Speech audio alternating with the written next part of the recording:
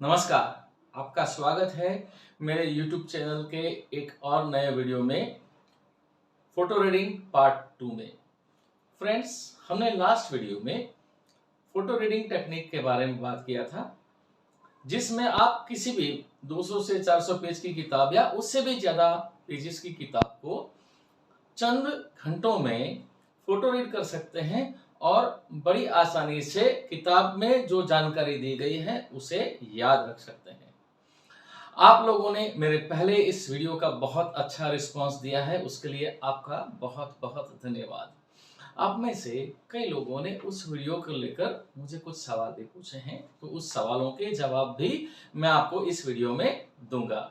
आप में से कुछ लोगों ने मुझे ये सवाल पूछा है कि जो स्टूडेंट्स होते हैं जिन्हें इम्तिहान के लिए तैयारी करनी है, वो लोग इस मेथड का कैसे उपयोग कर सकते हैं? क्या इस मेथड के उपयोग के बाद उसे नॉर्मल तरीके से पहले जैसे पढ़ते थे वैसे पढ़ने की जरूरत नहीं है?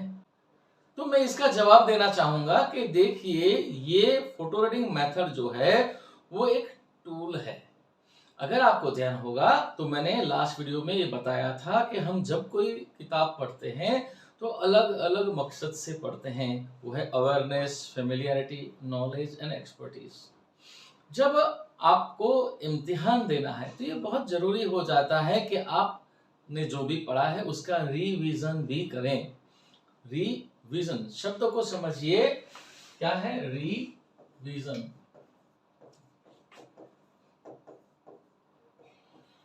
रिवीजन रिवीजन मतलब फिर से देखना, तो रिवीजन करना जरूरी है। तो ये जो फोटो रीडिंग की जो मेथड है वो एक इतनी दमदार मेथड है कि दरअसल में जो आपको सिखाती है कि किताब में जो जानकारी दी गई है उसको आपके दिमाग के अंदर, जो कि दिमाग मान लीजिए एक कंप्यूटर जैसा ही है, तो इस दिमाग नाम के कंप्यूटर के अंदर कैसे स्ट्रक्चर्ड वे में किताब में दी गई जानकारी को स्टोर करना। मैंने आपको बताया था कि दिमाग जो भी याद रखता है उसका एक खास प्रोसेस है, एक्विजिशन, रिटेंशन एंड रिट्राइवल। तो ये रिटेंशन की जो प्रोसेस है उसको कैसे आसान बनाया जाए उसका ये मेथड है। तो ये नॉर्मल रीडिंग का सब्स्टिट्यूट नहीं है, विकल्प नहीं है। यदि आपको एग्जाम देना है तो आप नॉर्मल रीडिंग करना है, लेकिन आप देखोगे कि आपने फोटो रीडिंग का इस्तेमाल किया है तो आपको रिवीजन करना है। और रिवीजन जब करोगे तो आपको ऐसा एहसास होगा कि वाकई में जैसे आपको इस किताब में दी गई जानकारी के बारे में पहले से ज्ञात है, और आपके लिए जो किताब पढ़ने का अनुभव है वो एक प्लेजेंट एक्सपीरियंस बन जाता है। अक्सर स्टूडेंट्स के साथ ऐसा होता है कि वो जब पढ़ने बैठते हैं तो थोड़ी देर में वो बोर होने लगते हैं और किताब छोड़ देते हैं। तो ऐसा ना हो, उसके लिए ये फोटो रीडिंग का टेक्निक बहुत ही पावरफुल टेक्निक है, जिसमें बच्चों को पढ़ाई का जो अनुभव है वो अच्छा लगने लगेगा। तो आइए आगे बढ़ते हैं। जैसे कि आपको ध्यान होगा, लास्ट वीडियो में हमने 3 स्टेप्स के बारे में चर्चा की थी, जिसमें पहला था प्रिपेयर, दूसरा है प्रीव्यू और तीसरा था फोटो रीडिंग यानी कि पैसिव रीडिंग। यदि आपने मेरा पहला इस मेथड का जो वीडियो है नहीं देखा है तो यहाँ पर जो लिंक दी गई है उस लिंक के जरिए आप वो वीडियो को जरूर देख लीजिए, क्योंकि ये जो वीडियो है वो पहले वाले वीडियो से लिंक्ड है। हालांकि फिर भी मैं थोड़ा रिकैप जरूर देता हूँ, लेकिन फिर भी आपके लिए वो वाला वीडियो देखना बहुत जरूरी हो जाता है यदि वाकई में आप ये फोटो रीडिंग मेथड सीखना चाहते हैं। तो पहला जो स्टेप हमने चर्चा की थी प्रिपेयर, जिसमें मैंने आपको बताया था कि किताब को यहाँ लगा के थोड़ा आंख बंद करके हल्का सा मेडिटेशन करते हैं, एफर्मेशन करते हैं, किताब के साथ वर्डनेस को फील करते हैं। सेकंड था प्रीव्यू, जिसमें मैंने आपको बताया था कि फ्रंट पेज को देखें, बैक पेज को देखें, प्रीफेस को पढ़ें, कंटेंट इंडेक्स को पढ़ें, हर चैप्टर की हेडलाइन मतलब टाइटल, सबटाइटल पढ़ें, हर चैप्टर के फर्स्ट पैरा की कुछ लाइन, लास्ट पैरा की कुछ लाइन पढ़ें, और यदि चैप्टर में पेज में कुछ बोल्ड लेटर से लिखा है तो बोल्ड लेटर में जो लिखा है वो भी पढ़े। इस तरह से आप पूरी किताब को जो पढ़ते हैं उसको बोलते हैं प्रीव्यू। और उसके बाद में आप तीसरा जो स्टेप है फोटो रीडिंग करते हैं। अब आगे बढ़ते हैं। अभी कुछ लोगों ने मुझे पूछा कि किताब को पढ़ने के लिए कितना डिस्टेंस होना चाहिए आंखों से किताब का डिस्टेंस। आइडियली आपकी आंखें यदि स्वस्थ हैं, मान लीजिए ज़्यादा नंबर नहीं है, चश्मे नहीं है, तो आइडियली 18 इंच का डिस्टेंस होना चाहिए। आप जब किताब पढ़ोगे तो आप टेबल पे, डेस्क पे बैठ के ही तो पढ़ोगे। आपने देखा होगा कि लाइब्रेरी में जो डेस्क होता है वो भी थोड़ा टिल्टेड होता है ना, ऐसे सीधी सरफेस नहीं होती है, तो थोड़ा टिल्टेड हो, ऑलमोस्ट ऐसा समझ लीजिए कि 45 डिग्री में, 40-45 डिग्री में थोड़ा टिल्टेड हो, वैसा आप रखिए। और किताब के पन्नों को पलटना है फॉरवर्ड रिवर्स। और इसके बाद में मैंने कहा था कि आपको उस किताब के बारे में नहीं सोचना है, भूल जाना है कुछ घंटे तक भूल जाना है, क्योंकि ये जो समय है जो आप भूल जाते हो कुछ घंटे, इसको बोलते हैं इंक्यूबेशन। आपके दिमाग के अंदर जो ये फोटोग्राफिक इंफॉर्मेशन गई है, दिमाग अपने आप उसको जो है प्रोसेस करता है। रिटेंशन की जो प्रोसेस मैंने आपको बोली थी वो अपने आप होती है। जब तक आप उसके बारे में कॉन्शियसली सोचते रहोगे कि वाकई में अश्विनी जी ने बोला ये पन्ने पलटने को फोटोग्राफिक इमेज चली गई है, वाकई में ऐसा होगा, वाकई में मुझे किताब में लिखी हुई बातें याद आएंगी, ऐसा आप तर्क करते रहोगे, सोचते रहोगे, तो इसको कहते हैं कॉन्शियस इंटरफियरेंस। इससे आपके दिमाग में चल रही रिटेंशन की जो प्रोसेस है उसमें बाधा आती है। तो यहाँ पे कोई कॉन्शियस इंटरफियरेंस नहीं, मतलब कुछ भी तर्क नहीं, कुछ भी सोचना नहीं है, कम से कम 5 से 6 घंटा। ओके, आज इस वीडियो में मैं आपको न केवल फोटो रीडिंग की मेथड सिखाऊंगा, लेकिन स्पेशली जो स्टूडेंट्स हैं उन्हें ये मैं साइंटिफिक मेथड भी बताऊंगा कि आपको कैसे पढ़ना चाहिए। ये जो दिमाग में इंफॉर्मेशन को स्टोर करने का एक साइंटिफिक मेथड है, तो ये साइंटिफिक मेथड क्या है यही मैं इस वीडियो में अंत में आपसे शेयर करूंगा। पहले हम बात करेंगे ये जो बाकी के जो 2 स्टेप्स हैं, ये जो 5 स्टेप्स लर्निंग सिस्टम जिसको हम कहेंगे फोटो रीडिंग कहते हैं ना, उसके बारे में अभी आज हम बात करेंगे। 5 स्टेप्स लर्निंग सिस्टम, तो पहला क्या था, प्रिपेयर, दूसरा प्रीव्यू, तीसरा फोटो रीडिंग, चौथा है, फोर्थ जो है उसको हम कहेंगे पोस्ट व्यू। देखिए अब ये मजेदार बात है, यहाँ पे बहुत पावरफुल चीज है ये। पहले हमने क्या किया था, प्रीव्यू किया था। अभी देखिए प्रीव्यू करने के बाद आपने सारे पन्नों को फोटो फोकस, मतलब वो जो दोनों पेज में एक एक्स बना हुआ है ऐसे इमेजिन करके आपने सिर्फ पूरे दोनों पेजेस को एक साथ में देखा है, पूरी किताब को फॉरवर्ड रिवर्स दोनों, ठीक है ना। और अब 5-6 घंटे के अंतराल के बाद आप किताब को हाथ में लेते हैं, आपने 5-6 घंटे कुछ भी उस किताब के बारे में सोचा नहीं है, ओके। और अब जब किताब को फिर से आप हाथ में लेंगे और पहले जैसे आपने प्रीव्यू किया था ना वैसे ही दोबारा रिपीट करना है, लेकिन अब की बार जब किताब को हाथ में लोगे आप, तो आप देखोगे कुछ आपको चमत्कारिक अनुभव होगा। क्या अनुभव होगा, नॉर्मली आप कोई भी किताब हाथ में लेते हैं ना तो थोड़ा आप पढ़ते हैं तो आपको बोरिंग लगने लगता है, क्योंकि किताब में दी गई जानकारी आपको पहले से कुछ पता ही नहीं था, है ना। अगर मान लीजिए आप जिस कमरे में अभी बैठे हैं वीडियो देख रहे हैं, और मैं आपको ये कहूं कि देखो अभी आप कमरे के बाहर जाओगे ना तो एक इंसान है ना, वो एक डरावना मास्क पहन के खड़ा है, और आप जैसे ही बाहर जाओगे तो आपको ऐसे ऐसे डराने की कोशिश करेगा। ये आपको मैंने बता दिया। अब देखो, अब आप बाहर जाओगे और वो इंसान जो मास्क पहन के खड़ा है वो डराने की कोशिश करेगा, तो आपको डर लगेगा नहीं, क्योंकि मैंने आपको प्रीव्यू दे दिया, आपको मैंने पहले से बता दिया था। बल्कि आप जब जाओगे और वो इंसान आपको डराने की कोशिश करेगा तो आपको हंसी आएगी। ये जो किताब को पढ़ना अक्सर स्टूडेंट्स के लिए एक डरावना अनुभव हो जाता है, तो पहले हमने प्रिपेयर कर लिया, प्रीव्यू कर लिया, फोटो रीड कर लिया है। अब जब किताब को हाथ में लोगे तो आप देखोगे आपको किताब से बिल्कुल डर नहीं लगेगा, मतलब किताब पढ़ने का अनुभव आपको बिल्कुल बोरियत नहीं लगेगा। तो यहाँ पर ये मेथड के बाद, फोटो रीड करने के बाद जब आप फिर से किताब को लोगे और अब जो करोगे उसको हम अब क्या बोलेंगे, post view.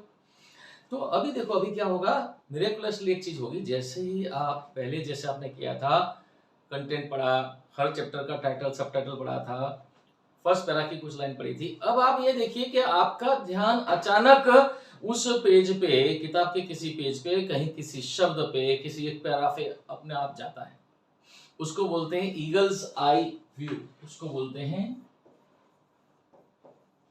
Eagles eye view. देखिए, एक ईगल होता है ना, आसमान में कितना भी ऊपर उड़ रहा हो, लेकिन नीचे कोई मान लीजिए चमकीली चीज पड़ी है, तो वो, या उनकी खुराक पड़ी है, तो उनको ऊपर से दिख जाता है ना, तो वो एकदम से आके उस चीज को लेके उड़ जाता है। तो वैसे ही अब जब आप पोस्ट व्यू करोगे तो आप देखोगे कि क्योंकि किताब का रॉ इंफॉर्मेशन तो आपके दिमाग में जा चुका है, तो जो भी मिसिंग लिंक होगी ना, तो आपका कॉन्शियसनेस, आपकी चेतना अपने आप उस मिसिंग लिंक वाले पोर्शन पे जाएगी। जो चीज जहां पे आपकी इंफॉर्मेशन की प्रोसेसिंग में, रिटेंशन की प्रोसेसिंग में अगर कुछ प्रॉब्लम हो रहा था, तो आपकी चेतना अपने आप वहां पे जाएगी, किसी खास शब्द पे, किसी खास सेंटेंस पे, पेज के किसी खास हिस्से पे, है ना। तो इस तरह से आप जहां जहां आपका ध्यान जाता है उसको पढ़ते जाइए, नॉर्मली जैसे पढ़ते हैं वैसे। आप देखोगे आपको बोरियत बिल्कुल नहीं लगेगा, ठीक है। तो इस तरह से जैसे प्रीव्यू किया था वैसे ही अब करते हैं, लेकिन पोस्ट व्यू कहते हैं उसको। फर्क इतना ही है कि पहले जो किया था उसमें थोड़ा ऐड ये हो गया कि जहां आपका ध्यान अपने आप जाता है जिस शब्द पे, जिस पैरा पे, उसको डिटेल में पढ़ते हैं नॉर्मली। लेकिन अभी क्या करना है, अभी यहाँ पर जब पोस्ट व्यू करोगे, साथ साथ आप जो पढ़ते हो किताब की उस जानकारी को, या तो उस चैप्टर की जानकारी को, एक बहुत ही सुंदर मेथड का उपयोग करना है जिसको बोलते हैं माइंड मैप।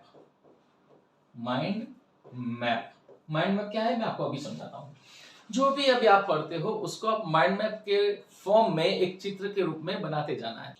तो आइए समझते हैं कि ये माइंड मैप क्या है। अब यहां पर आप देखते हैं कि ये चित्र जैसा आप देख रहे हो, तो यहाँ पे मान लीजिए एक किताब है जिसका नाम है हाउ टू माइंड मैप, या तो एक चैप्टर है जिसका नाम है हाउ टू माइंड मैप। अब ये आपके ऊपर निर्भर करता है कि आपको पूरी किताब का एक माइंड मैप बनाना है या तो एक चैप्टर का माइंड मैप बनाना है। अब ध्यान से सुनिएगा, मैं जब कभी कोई किताब को पढ़ता हूं और मुझे लगता है कि नहीं, ये किताब में दी गई जानकारी को मुझे ठीक से याद रखना जरूरी है, इसकी जानकारी मुझे कभी फ्यूचर में जरूरत पड़ सकती है, तो मैं क्या करता हूं, पूरी किताब का एक ऐसे माइंड मैप बनाता हूं। मान लीजिए कि किताब का नाम है हाउ टू माइंड मैप, तो आपने देखा यहाँ पे, देखिए जो भी आप पोस्ट व्यू करते हो तब ये किताब में दी गई जानकारी को चैप्टर का टाइटल, सब टाइटल या जो भी है उसको इस तरह से चित्र में परिवर्तित करते जाते हो। मान लीजिए हम हमारी समझ के लिए ऐसा मान लेते हैं कि ये एक किताब का या तो एक चैप्टर का माइंड मैप है। ये एक चैप्टर है जिसका नाम है हाउ टू माइंड मैप। अभी इस चैप्टर के अंदर 1 2 3 4 5 6 ऐसे टॉपिक्स हैं, है ना। पहला एक टॉपिक है यूज कलर एंड इक्विपमेंट्स। जैसे माइंड मैप बनाते हैं तो उसमें क्या उपयोग होता है, तो कलर्स यूज होता है, इक्विपमेंट्स। अब देखिए यहाँ पे आप देख सकते हैं कि अलग अलग रंगों का इस्तेमाल किया है।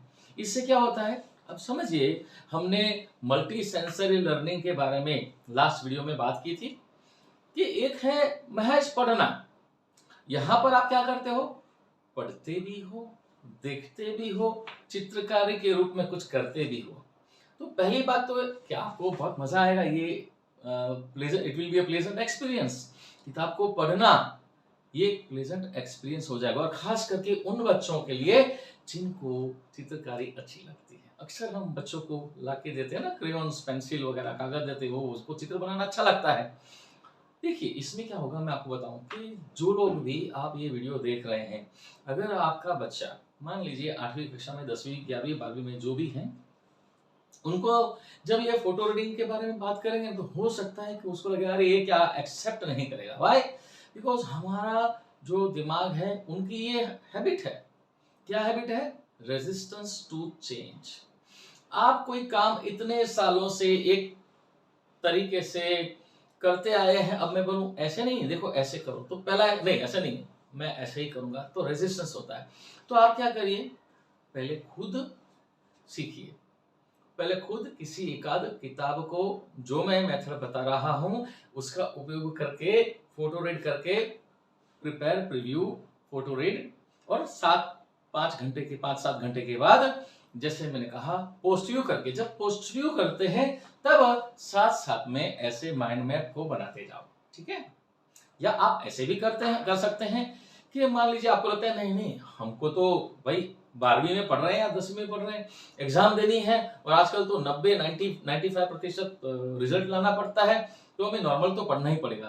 तो आप नॉर्मल पढ़िए, लेकिन जब जो पहले जैसे पढ़ते थे वैसा पढ़िए। लेकिन अभी देखोगे, अभी एक बहुत ही मैजिकल थिंग होगी। क्या होगा कि आपने प्रिपेयर कर लिया है, रिव्यू भी कर लिया है, फोटो रेडी कर लिया है, और अभी आप पोस्ट व्यू करने के साथ साथ आप नॉर्मल जैसे पहले पढ़ते थे वैसे पढ़ रहे हो। अब मुझे बताइए कि जो चीज आपके दिमाग में पहले से एक रॉ डेटा आपके दिमाग में जा चुका है और अब अभी वो किताब को आप पढ़ते हो, तो आप मुझे बताइए कि आपका लेवल ऑफ इंटरेस्ट कैसा होगा उस किताब को पढ़ने में, लो या हाई? ऑब्वियसली हाई होगा। अब जब इंटरेस्ट का लेवल हाई होगा तो ग्रास्पिंग का लेवल कैसा होगा, लो या हाई? ऑफ कोर्स हाई होगा। और आप बताइए कि जब इंटरेस्ट हाई है, ग्रास्पिंग भी हाई है, तो पढ़ाई करना ये जो अनुभव है आपके लिए कैसा होगा, पेनफुल होगा या प्लेजेंट होगा? ऑफ कोर्स प्लेजेंट होगा। तो मैं आपको ये बताना चाहता हूं कि पहले आप सीखिए, आप एक आध किताब को, एक दो किताब को फोटो रीड करिए इस मेथड से और आप कन्विंस हो जाइए कि ये तो कमाल है।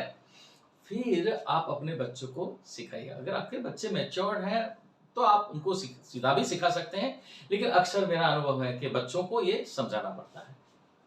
तो आप देखिए कि माइंड मैप में क्या यूज होता है, तो कलर्स।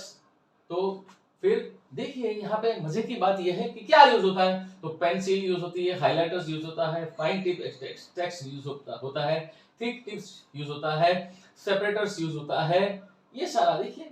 ये तो ये यूज करना क्या है, फन है। तो ये देखिए यहाँ पर छोटा छोटा चित्र भी बनाया है। जरूरी नहीं कि आप बहुत एकम्प्लिश्ड चित्रकार हो, ऐसा जरूरी नहीं है, पर जैसे चित्रकारी आपको आती है आप बनाइए। इससे क्या होगा, जब आप जो है ना इस तरह से चित्रकारी करते जाते हैं तो आपको पता नहीं है कि अनकॉन्शियसली ये जो चैप्टर है या किताब है हाउ टू माइंड मैप, उसका ये जो टॉपिक है उसके अंदर ये जो सारा चीज है आपके दिमाग के अंदर पिक्टोरियल फोटोग्राफिक मेमोरी के रूप में अंकित हो रहा है।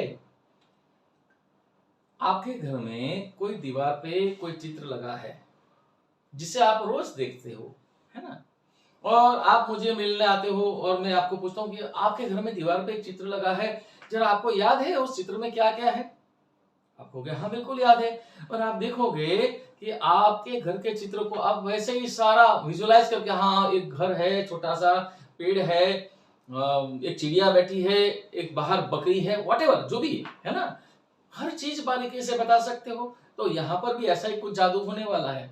जब आप किताब में दी गई जानकारी को या चैप्टर में दी गई जानकारी को इस तरह से माइंड मैप के रूप में पिक्टोरियल फॉर्म में ढाल रहे हैं, स्केच के रूप में सुंदर रूप से ढाल रहे हैं, तो ये आपके दिमाग में अंकित होता है।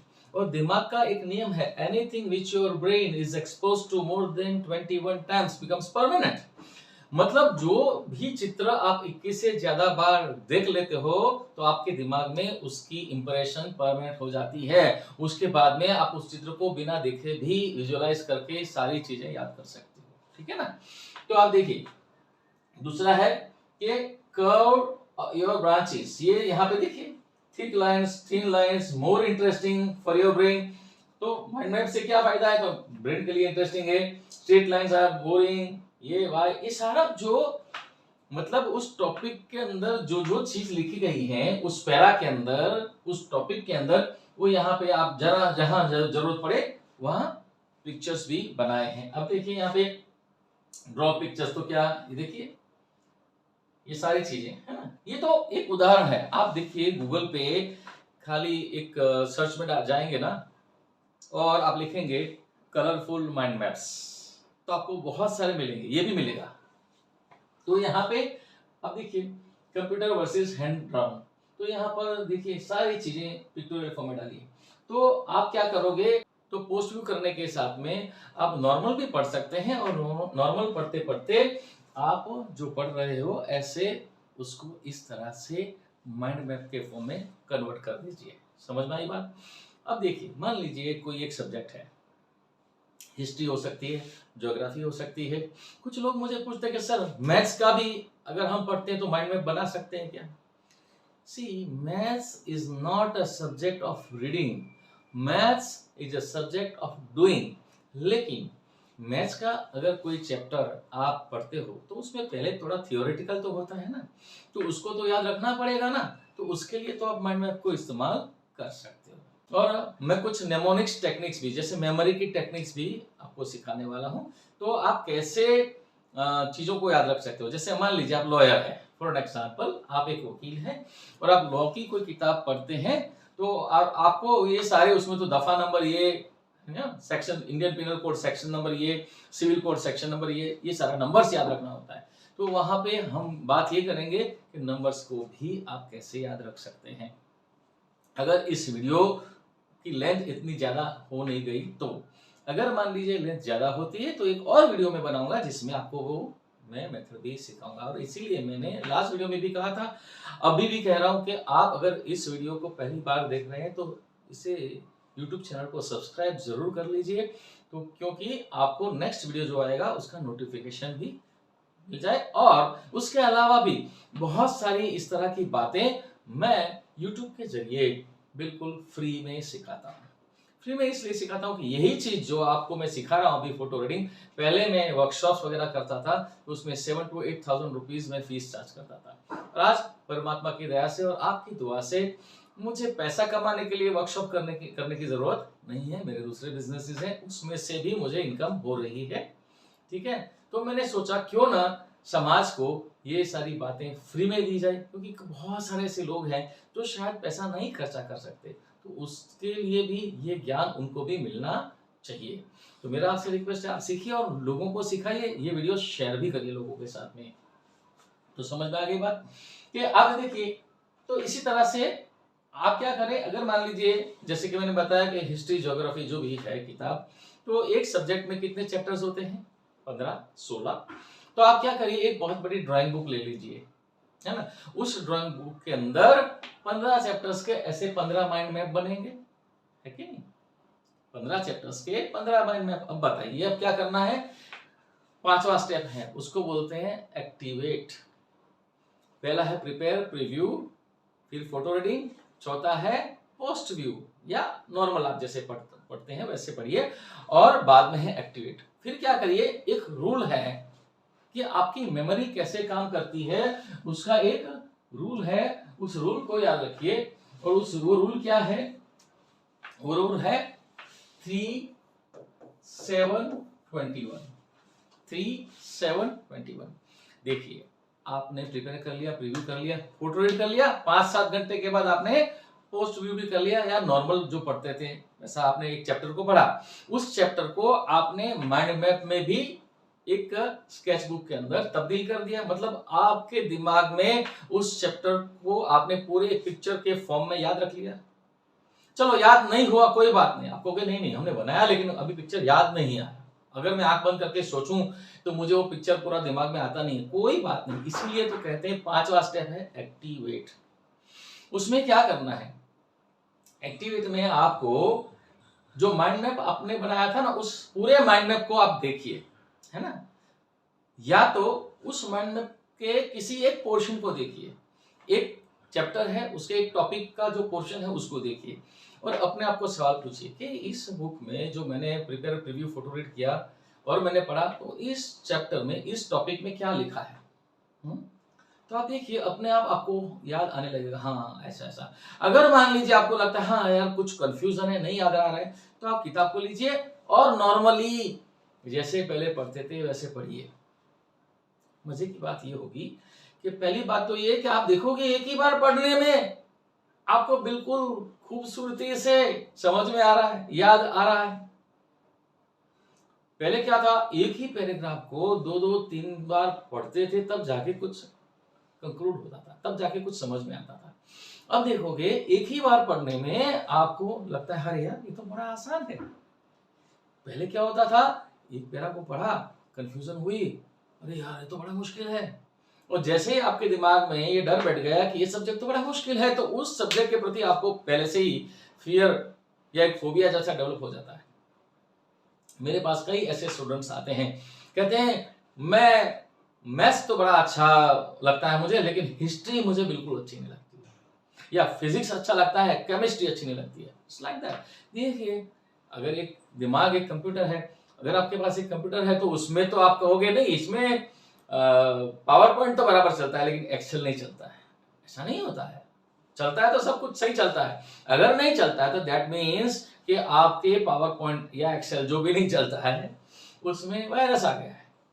सिंपल। तो यहाँ पे आपके दिमाग के अंदर कोई वायरस न घुसे, इसके लिए क्या करना है, वही मैंने बताया कि माइंड मैप को लीजिए और ये 3-7-21 का रूल याद रखिए कि आपने किताब को प्रिपेयर प्रीव्यू फोटो रीड कर लिया, 7 घंटे के 6-7 घंटे के बाद आपने पोस्ट व्यू भी कर लिया, नॉर्मल भी पढ़ लिया, फिर उस किताब को छोड़ दीजिए और 3 घंटे का समय जाने दीजिए। 3 घंटा आपको जो भी एक्टिविटी करनी है, खेलिए, कूदिए, गाना सुनिए, म्यूजिक सुनिए, रिलैक्स योर माइंड और रिलैक्स योर ब्रेन। और 3 घंटे के बाद उसी माइंड मैप को लीजिए, किताब को नहीं, माइंड मैप को लीजिए और माइंड मैप को देख के या माइंड मैप के एक पोर्शन को देख के अपने आप को पूछिए कि हाँ, इस चैप्टर में ये जो टॉपिक है उसके अंदर क्या लिखा है। आप देखोगे आपको सारा याद आने लगेगा और लगता है नहीं यहाँ पे थोड़ा मुझे लगता है कंफ्यूजन है, तो किताब हाथ में लीजिए, किताब हाथ में लीजिए और उतना पोर्शन जहां पर आपको लगता है कि हाँ कंफ्यूजन है उतना पोर्शन पढ़िए। ओके, ऐसा 20 मिनट करिए। कितना? 20 मिनट, ज्यादा से ज्यादा 30 मिनट ले सकते हैं। 20-30 मिनट करके आप उस किताब को छोड़ दीजिए, फिर आप टहलिए 10-15 मिनट। देखिए, ये मेथड स्पेशली स्टूडेंट्स के लिए है ताकि पढ़ाई का स्ट्रेस आपके ऊपर न आए। तो 20-25 मिनट पढ़ा, आपने माइंड मैप को देखा और छोड़ दीजिए, टहलिए, म्यूजिक सुनिए, कुछ भी। फिर से आप किताब को हाथ में लीजिए 5-10 मिनट के बाद, है ना। ऐसा नहीं कि 2-3 घंटे छोड़ दिए। 20 मिनट 30 मिनट पढ़ा, 10 मिनट का गया, फिर 20 मिनट किताब हाथ में लीजिए, फिर वही माइंड मैप हाथ में लीजिए और दूसरा पोर्शन देखिए और पूछिए हाँ इसमें क्या लिखा है किताब में। जहां पर लगे हाँ ये कंफ्यूजन है, कुछ क्लियर नहीं है, फिर से किताब को हाथ में लीजिए, उतना पोर्शन पढ़िए, है ना। इस तरह से पूरे माइंड मैप को आप कवर करके जितना जितना आपको मिसिंग लिंक है आप पढ़ते हो गया। अब 7 घंटे के बाद फिर से उसी माइंड मैप को लीजिए। अब देखिए, ये डिपेंड करता है कि आपके पास समय की कितनी उपलब्धि है।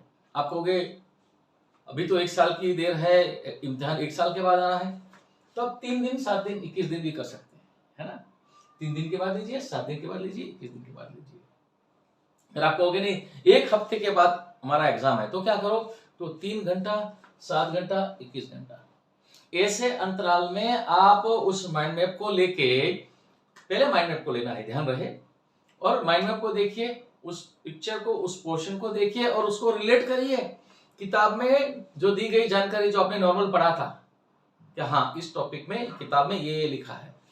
तो उसी तरह से 7 घंटे के बाद फिर से माइंड मैप लीजिए, फिर से रिलेट करिए किताब में जो लिखा था उसके साथ में, और देखोगे कि इस तरह से आप पढ़ते जाते हो। 20 मिनट पढ़ा, माइंड मैप के साथ रिलेट किया, है ना, माइंड मैप को किताब के साथ में रिलेट किया और सोचा, फिर 10 मिनट छोड़ दिया, अपने आप को रिलैक्स किया, कुछ म्यूजिक सुना, फिर जो है आप फिर से माइंड मैप लीजिए, फिर से दूसरा पोर्शन देखिए, किताब में लिखी हुई जानकारी के साथ रिलेट करिए। तो आप देखोगे अरे कितना कमाल हो गया, मतलब आपको बिल्कुल पढ़ाई करने में स्ट्रेस नहीं आता है। पहली बात तो ये है, बिल्कुल तनाव नहीं आएगा, ठीक है। और आप देखोगे कि कितना, पहले क्या होता था कि आपको एक चैप्टर पढ़ना पड़ता था, तो उसमें आप एक ही चैप्टर को 2 बार 3 बार पढ़ते, तब जाके थोड़ा आप उसको कंक्लूड कर पाते हैं, मतलब समझ पाते हैं कि कहना क्या चाहते हैं, उसका मतलब क्या है। यहाँ पर आप देखोगे कि आपको आसानी से सब कुछ समझ में आने लग जाते हैं, क्योंकि आपने दिमाग के अंदर पहले से एक डाटा डाल दिया है। तो it will become a very pleasant experience, पढ़ाई को जो है एकदम प्लेजेंट एक्सपीरियंस हो जाएगा।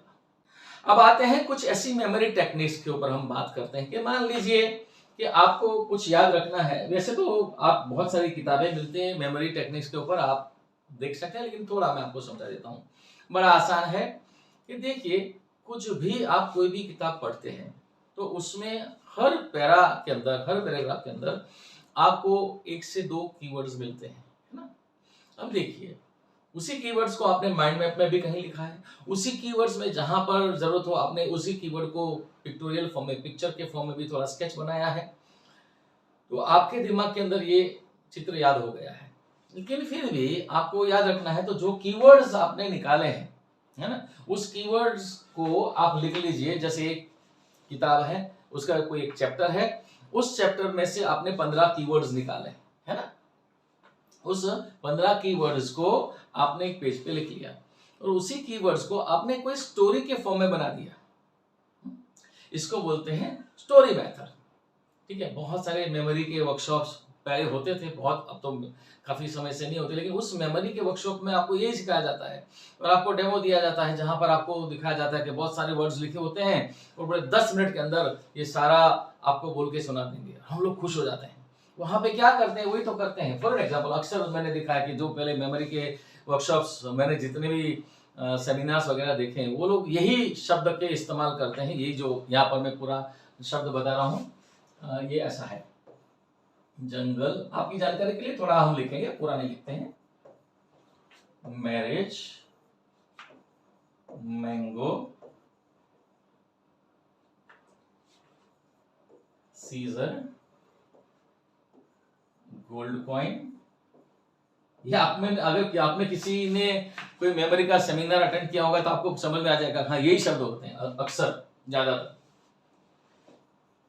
Doctor, camel, okay, newspaper.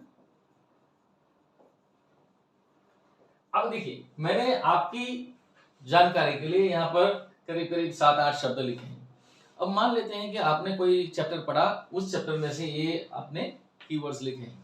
अभी मान लीजिए आप इस सारे शब्द को जोड़ के एक फनी, मजेदार कहानी बना देते हैं। उसमें आप कहानी बनाते हो ना, उसका एक रूल क्या है कि ये फनी होनी चाहिए, आउट ऑफ प्रोपोर्शन होनी चाहिए। मतलब जैसे एक बहुत बड़े जंगल में आप गए, आपने जाके देखा जंगल में कि वहां पे एक बहुत शानदार मैरिज पार्टी चल रही है। देखिए, बहुत बड़ा जंगल, शानदार, है ना, सिंपल ऐसा नहीं एक जंगल में मैरिज पार्टी चल रही थी, ऐसा नहीं, बहुत बड़े जंगल में गए, वहां शानदार मैरिज पार्टी चल रही थी। आप मैरिज में गए तो आपको, मैरिज की पार्टी में गए तो आपको लाल रंग की मैंगो दी गई। देखिए, समथिंग अनयूजुअल। स्टोरी का रूल क्या है, फनी होनी चाहिए, आउट ऑफ प्रोपोर्शन होनी चाहिए, अनयूजुअल होनी चाहिए, क्योंकि हमारा दिमाग ऐसी बातों को जल्दी याद रख सकते हैं। तो आपको लाल रंग की मैंगो दी गई, आपके पास मैंगो को काटने के लिए कुछ भी नहीं था, आपको कहीं से बहुत लंबी सीजर, कैंची मिली, आपने उस कैंची से मैंगो को काटा तो देखा उसमें से, मैंगो में से गुठली की जगह एक गोल्ड कॉइन निकला, जमीन पे गिरा, है ना, ओके। और वो गोल्ड कॉइन, आपने यहाँ पे एक शब्द मैंने नहीं लिखा, एक्चुअली वो लोग लिखते हैं थ्रॉट, ओके। तो आपने उस गोल्ड कॉइन को अपने मुंह में डाला तो गले में अटक गया और आप जोर जोर से चिल्लाए, डॉक्टर डॉक्टर। आपने देखा कि डॉक्टर एक बहुत बड़े ऊंट पर बैठकर आ रहे हैं और डॉक्टर के हाथ में एक बड़ा सा न्यूज़पेपर है। आपने इस तरह से ये सारे शब्दों की कहानी बना दी। ये आप कर सकते हो, बड़ा आसान है। तो इस तरह से यदि आपने कहानी को सुन लिया, अब मैं आपको पूछो, आप आंखें बंद कर लो और मैं आपको कुछ सवाल पूछता हूं कि आप कहाँ गए थे, आप कहोगे जंगल में। जंगल में क्या चल रहा था, हाँ पार्टी चल रही थी, पार्टी में आपको खाने के लिए क्या दिया गया, मैंगो दी गई। अच्छा, मैंगो को आपने किससे काटा, कैंची से। मैंगो में से क्या निकला, गोल्ड कॉइन निकला। गोल्ड कॉइन को क्या हुआ, बोले गले में अटक गया। फिर आपने क्या किया, डॉक्टर डॉक्टर चिल्लाए। डॉक्टर कैसे आए, बोले ऊंट के ऊपर बैठ के आए, उसके हाथ में क्या था, अखबार। तो ये सारे शब्द आपको याद रह गए। तो इसी तरह आप स्टोरी मेथड का उपयोग करके, अगर आपने माइंड मैप बनाया है, उसमें जो भी शब्द कीवर्ड्स लिखे हैं, तो माइंड मैप के साथ में इस स्टोरी मेथड का उपयोग करके भी आप याद रख सकते हैं। आप कहोगे लेकिन हम तो लॉयर है, वकील हैं, हमारे तो बहुत सारे नंबर्स याद रखने पड़ते हैं। कोई बात नहीं, उसके लिए भी मैं आपको एक बहुत बढ़िया मेथड सिखाता हूं, बड़ी आसान है, ध्यान से सुनिएगा। जो भी नंबर्स बनते हैं वो किससे बनते हैं, ये 0 1 2 3 4 5 6 7 8 और 9, यही डिजिट होते हैं, उसी से सारे नंबर्स बनते हैं, है ना। अभी देखिए कि इसी नंबर्स को हम अल्फाबेट में कन्वर्ट कर देते हैं।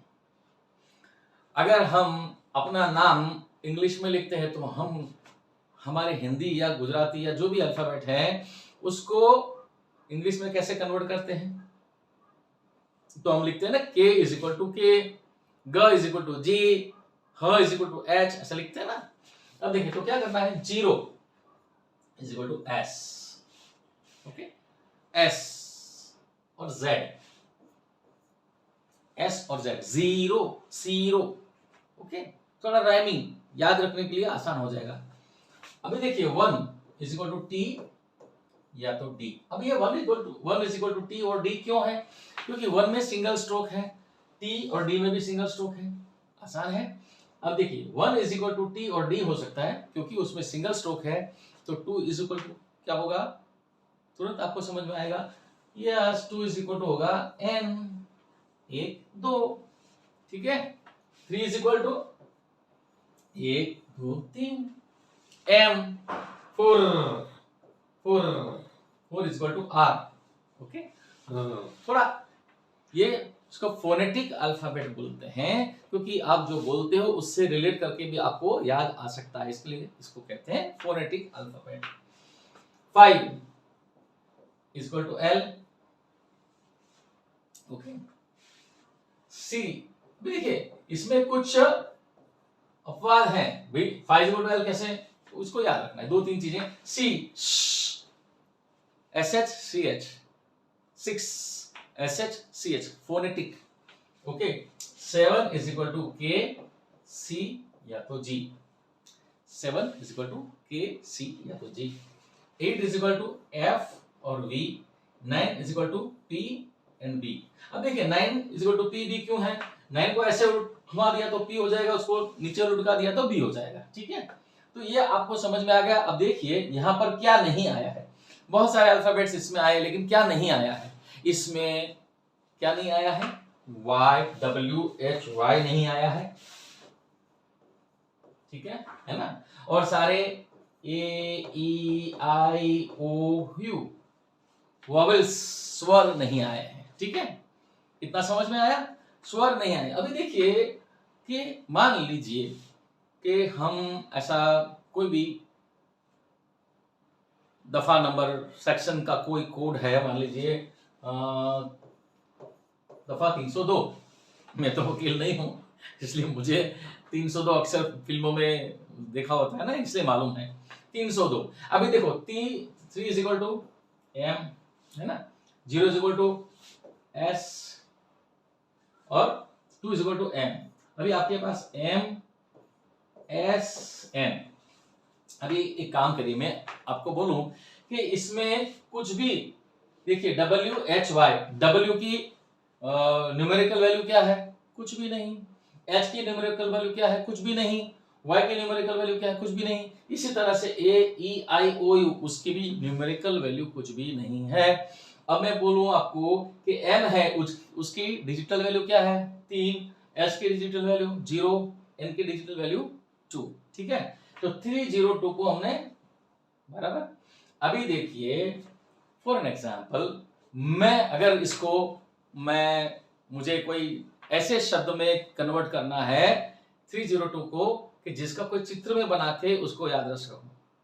अभी मैंने हाल ही में टीवी पे एक फिल्म देखी थी जिसका नाम है मसान, तो मैं क्या करूंगा MASAN, मसान, ठीक है।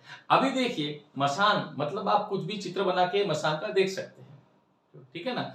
मैं अगर मान लीजिए मैं वकील होता और मैं कोई लॉ की इंडियन पिनल कोड की लॉ की बुक पढ़ रहा हूं और जिसमें इंडियन पिनल कोड क्रिमिनल जो भी है 302 लिखा है, तो वहां पे मैं मसान फिल्म का कोई पोस्टर या उनका जो एक्टर है उसका नाम लिखता या मसान, है ना। मसान मतलब स्मशान भी आप बोलते हैं, तो कुछ ऐसा चित्र बना दिया। कुल मिला के बात यह है कि आप रिकॉल कर पाओ ऐसा कोई शब्द जिसका चित्र विजुअलाइजेशन करना संभव हो, ठीक है। It's very easy. इसी तरह से आप कुछ भी नंबर दे दीजिए, आप कोई भी नंबर हो, किसी का फोन नंबर है, उसको भी आप इस तरह से जोड़ के कोई शब्द बना सकते हैं, ठीक है। तो इस तरह से आप फोनेटिक अल्फाबेट को नंबर्स यदि हैं तो उसको भी कन्वर्ट करके आप लॉ की कोई किताब पढ़ रहे हैं, जैसे इंडियन पिनल कोड हो गया, सिविल कोड हो गया, जो भी, तो उसको आपने बना दिया, इस तरह से अलग अलग रंगों का इस्तेमाल किया, और जहां पे सेक्शन नंबर, जहां पर आपको नंबर याद रखना था, वहां पे आपने इस तरह से किया। मान लीजिए कि आप किसी दफ्तर में काम कर रहे हैं और वहां पे कोई आपको ऐसा चार्ट बनाया गया, आप ध्यान से सुनिएगा, एक चार्ट बनाया है कि मान लीजिए फॉर एन एग्जांपल ये 2020, 2021, 2022, 2023, 2024 है ना। कोई एक शहर है, मान लीजिए मुंबई, एक इम्तिहान मतलब एक एग्जांपल दे रहा हूं मैं आपको। मुंबई शहर में 2020 में कितनी आबादी थी, उसमें मेल कितने थे, फीमेल और चिल्ड्रन कितने थे, एक एग्जांपल दे रहा हूं, और यहां पर कुछ भी नंबर लिखे हैं इस तरह से, है ना। आप क्या कर सकते हैं, ये नंबर्स को इस तरह से कोई चित्र में कन्वर्ट कर सकते हैं, बिल्कुल कर सकते हैं। और चित्र में कन्वर्ट करने के बाद जैसे ये है, उसको एक स्टोरी के फॉर्म में मैन, तो मुंबई के लोग जो है, मान लीजिए जंगल में, फॉर एन एग्जांपल हम मान लेते हैं जंगल मेरे जो हमने लिखा था जंगल, अगर आपको JUNGLE है ना, अभी मैं आपको कहूं कि इसको डिजिट में कन्वर्ट करो, तो जे मतलब क्या बताया था मैंने आपको, जे एक्चुअली लिखते हैं हम यहाँ पे लिखते हैं, ओके, जे 8 में लिखते हैं, तो 8, N 2, U की डिजिटल वैल्यू तो कुछ है नहीं, तो कुछ भी नहीं लिखेंगे, G तो KCG मतलब 7 है ना, L 5। अब मान लीजिए 8275 अगर कोई फिगर होती तो उसका आप जंगल शब्द बना सकते थे, और जंगल जैसे याद आता तो आप उसको शब्द से डिजिट में कन्वर्ट करना, डिजिट से शब्द में कन्वर्ट करना सीख सकते हैं। थोड़ा अभ्यास जरूरी है, हालांकि देखिए मेरा तो काफी साल हो गए, मेरा भी अभ्यास छूट गया, क्योंकि बहुत साल हो गए मैंने वर्कशॉप अभी नहीं करता हूं मैं, जरूरत नहीं है, पर मुझे लगा कि नहीं, ये जो सारी बातें मैं पहले सिखाता था लोगों को, अब आपके पास ये देना चाहिए, क्योंकि अब वक्त आ गया है कि मैं अभी फ्री में दे सकता हूँ। तो ये एक एग्जांपल दिया मैंने, आप इसमें खुद अपना दिमाग लगा के ऐसे बहुत सारे मेथड्स खुद अपने भी बना सकते हैं, और बहुत सारे ऐसे नंबर्स, जैसे लोगों के मोबाइल नंबर है, कुछ लोगों को याद रखना है तो रख सकते हैं, हालांकि अब आजकल तो उसकी जरूरत नहीं पड़ती है, क्योंकि हमारे पास मोबाइल फोन में सारा नंबर्स सेव रहता है, स्टोर रहता है। और जहां तक कोई किताब पढ़ने की बात है तो आप निमोनिक्स के मेथड्स का उपयोग आप कर सकते हैं। तो थोड़ा सा एक एग्जांपल था। तो अब आप आते हैं हमारी मूल बात पे वापस, कि ये जो मेथड हम बात कर रहे थे फोटो रीडिंग, दरअसल में ये है क्या, ये एक टूल है ना।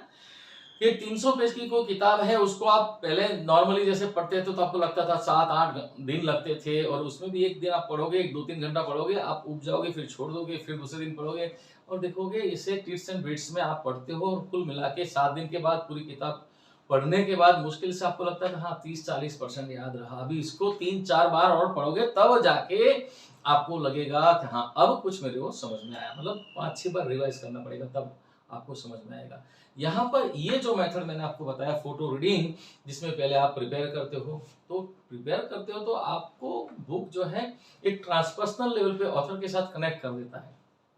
प्रीव्यू करते हो तो किताब की जानकारी का एक रॉ इन्फॉर्मेशन पहले से दिमाग में मिल जाता है ना।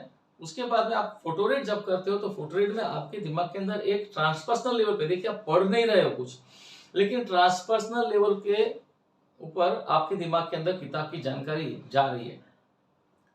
देखिए मैंने पहले ही कहा कि everything is energy and consciousness. आपकी कॉन्शियसनेस, आपकी चेतना उस पेज की जानकारी की जो है फोटोग्राफिक इमेज ले रही है, दिमाग में जा रही है कॉन्शियसली, भले ही आपको कुछ समझ में ना आए। और उसके बाद में जब आप 5-6 घंटे 7 घंटे के बाद पोस्ट व्यू करते हो, और यदि जरूरत लगे तो नॉर्मल रीड करें, पोस्ट व्यू भी करें, नॉर्मल रीड करें, और जो रीड करते हो, जो चैप्टर रीड करते हो, उस चैप्टर को जैसे मैंने बताया था वो माइंड मैप के रूप में आप उसको जो है कन्वर्ट करो। हमने ये जो माइंड मैप देखा था है ना, वैसे कन्वर्ट करते जाइए। तो आप देखोगे कि आप माइंड मैप बनाते बनाते आपके दिमाग के अंदर वो जो चीज है वो आपको एकदम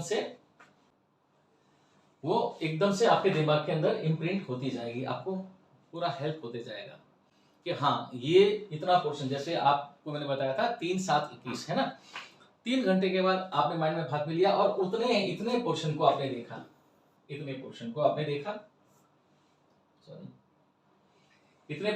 देखा और अपने आप को सवाल पूछते हो हाँ ये जो टॉपिक है यूज कलर्स इक्विपमेंट्स, उसमें क्या लिखा है, तो आपको याद आएगा हाँ उसमें पेंसिल के बारे में लिखा है, हाइलाइटर्स वगैरह लिखा है, और कुछ आपको लगता है हाँ यहाँ पे क्या लिखा है याद नहीं आ रहा है, तो आप किताब को लीजिए और उतने पोर्शन को, उस पैरा को पढ़िए ध्यान से। देखोगे आप कि अब इस पैरा को पढ़ने में आपको आनंद आ रहा है, क्योंकि पहले से आपके दिमाग के अंदर जानकारी है। उसी तरह से ये पोर्शन को देखो, फिर अपने आप को सवाल पूछो क्या इस टॉपिक के अंदर क्या लिखा है, जहां पर मिसिंग लिंक है फिर से पढ़ो। तो इसको बोलते हैं एक्टिवेट। जो फोटोग्राफिक इंफॉर्मेशन आपके दिमाग में गई है, जो आपने फोटो रीड किया है, उस जानकारी को आप वाकई में फोटो के रूप में, माइंड मैप के रूप में कन्वर्ट कर रहे हो और उसको एक्टिवेट कर रहे हो जानकारी। 3-7-21 3 घंटे के बाद रिवाइज करो, 7 घंटे के बाद रिवाइज करो, 21 घंटे के बाद रिवाइज करो, या तो 3 दिन के बाद रिवाइज करो, 7 दिन के बाद रिवाइज करो और 21 दिन के बाद रिवाइज करो। तो आप देखोगे कि इस तरह से आपने रिवाइज किया ना, उसके बाद में आपको किताब हाथ में लेने की भी जरूरत नहीं पड़ेगी। आप जैसे ही सोचोगे आपके दिमाग में उस माइंड मैप का चित्र आ जाएगा, और जैसे ही आप याद करोगे कि इस पोर्शन में क्या लिखा है, ऑटोमेटिकली आपके अंदर जैसे कहते हैं ना कैसेट ऑडियो बजना शुरू हो जाता है, हाँ ऐसा लिखा है, ऐसा लिखा है, ऐसा लिखा है। और जहां जहां आपको लगे आपके पास टाइम है तो उस किताब को लेके रिवाइज करिए। मैंने बताया उस मेथड का उपयोग करिए कि 20 मिनट पढ़िए, किताब को छोड़ दीजिए, 10 मिनट ब्रेक लीजिए, उस ब्रेक के दौरान आप कुछ भी एक्टिविटी कर सकते हैं, कुछ म्यूजिक सुनिए, टहलिए, फिर 20 मिनट पढ़िए। तो 20 मिनट पढ़ो, 10 मिनट का ब्रेक, 20 मिनट पढ़ो, 10 मिनट का ब्रेक, और उस तरह से आप 1 घंटे से ज्यादा, यानी कि 20 मिनट के 3 ब्रेक से ज्यादा कोई भी किताब, कोई भी सब्जेक्ट को न पढ़े। यदि पढ़ना है तो सब्जेक्ट बदल दीजिए। कुछ लोग क्या करते हैं, साल भर पढ़ते नहीं है और एग्जाम का प्रेशर आता है, फिर सुबह से लेकर रात के 10 बजे तक सर में दर्द होने लगता है। तो यहाँ पे मैंने देखा है कि सर पे रुमाल बांधते हैं, सर दर्द हो रहा है, चाय पीते हैं, कॉफी पीते हैं और पढ़ रहे हैं। मैंने कोटा शहर में देखे हैं, जो हॉस्टल में जो बच्चे पढ़ते हैं, कितना प्रेशर में पढ़ते हैं, तो वो यही करते हैं, पूरा साल भर पढ़ते नहीं है, फिर एग्जाम की जब प्रेशर आती है तो इस तरह से पढ़ते हैं। तो एक्चुअली आप यू आर हार्मिंग योरसेल्फ, नुकसान पहुंचा रहे हो आप अपने आप को। और इस मेथड को आप जब उपयोग करोगे, जो मैं आपको बता रहा हूं, तो आप देखोगे कितना मजा आता है पढ़ाई में। तो इसी तरह से अगर आपको 1 घंटे के बाद सब्जेक्ट को बदल दीजिए। अब देखिए स्कूल्स में भी या कॉलेज में भी आपने देखा ना कि एक दिन में अलग अलग पीरियड्स होते हैं ना, 45 मिनट्स का एक पीरियड होता है। ऐसा क्यों नहीं किया है कि मंडे आपको हिस्ट्री पढ़ाया जाएगा, ट्यूसडे आपको मैथ्स पढ़ाया जाएगा, वेडनेसडे आपको केमिस्ट्री पढ़ाया जाएगा, ऐसा नहीं किया है। तो एक ही दिन में 45 मिनट का एक पीरियड होता है। वो पीरियड जब खत्म होता है तो दूसरे सब्जेक्ट का पीरियड शुरू हो जाता है। वो इसीलिए कि हमारा दिमाग जो, उसकी क्षमता भी और उसकी कार्य प्रणाली भी ऐसी है। क्योंकि आप मान लीजिए मैथ्स को पढ़ रहे हो तो हो सकता है कि you are using the frontal lobe of your brain, लेकिन आप कोई दूसरा सब्जेक्ट जैसे हिस्ट्री पढ़ रहे हो और सुन रहे हो तो you are using temporal lobe of your brain. तो जब आप फ्रंटल लोब का इस्तेमाल कर रहे थे, एक सब्जेक्ट को पढ़ रहे थे, उस सब्जेक्ट को आपने चेंज कर दिया, 10 मिनट के ब्रेक के बाद में आपने दूसरा सब्जेक्ट ले लिया, तो मतलब ये हुआ कि आपका फ्रंटल लोब को भी रेस्ट मिल रहा है और आप टेम्पोरल लोब का उपयोग कर रहे हो। इस तरह से आप जब पढ़ते हो, that is called whole brain utilization. इसको कहते हैं होल ब्रेन यूटिलाइजेशन।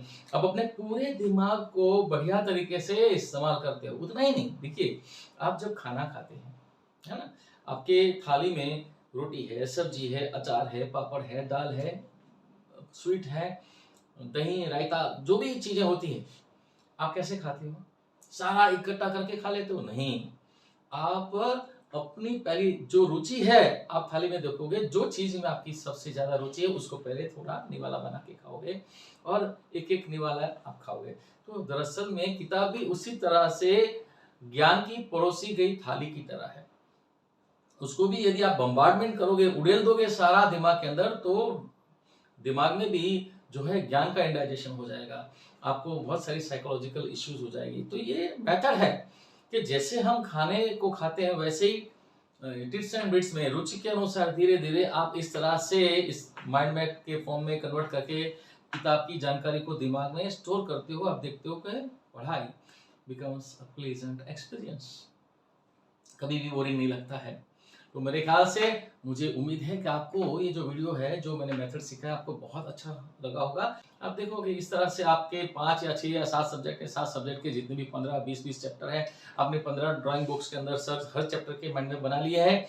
3, 7, 21 का रूल का उपयोग करके आप रिवाइज करते हैं, माइंड मैप को देखते हैं, पढ़ते जाते हैं, तो आप देखोगे सारे माइंड मैप्स आपके अंदर, दिमाग के अंदर चित्र के रूप में फिक्स हो गए हैं। जैसे याद करोगे आप, माइंड मैप आएगा, आपको चीजें याद आएगी। और मजे की बात यह है कि जब एग्जाम देने जाओगे तो कभी ऐसा नहीं होगा कि सवाल देखते हो और आपको याद नहीं आता, क्योंकि जैसे ही सवाल देखोगे तुरंत आपके दिमाग के अंदर वो माइंड मैप एक्टिवेट हो जाएगा, वो जानकारी फटाफट, और लिखने की स्पीड भी बढ़ेगी क्योंकि गैप नहीं है ना, खट खट खट खट पेन चलेगी। बहुत बढ़िया टेक्निक है। मैं उम्मीद करता हूँ आपको अच्छा लगा होगा। अच्छा लगता है लाइक जरूर करें, कमेंट दीजिए, अपने सुझाव भी दीजिए, लोगों के साथ शेयर करिए, और यूट्यूब को अगर चैनल को सब्सक्राइब नहीं किया तो सब्सक्राइब करिए। तो मैं बहुत सारी चीज़ें जो हैं लोगों को फ्री में सिखाना चाहता हूँ और सिखा ही रहा हूँ। आपका सहयोग और मिलता रहेगा मुझे। धन्यवाद, शुक्रिया।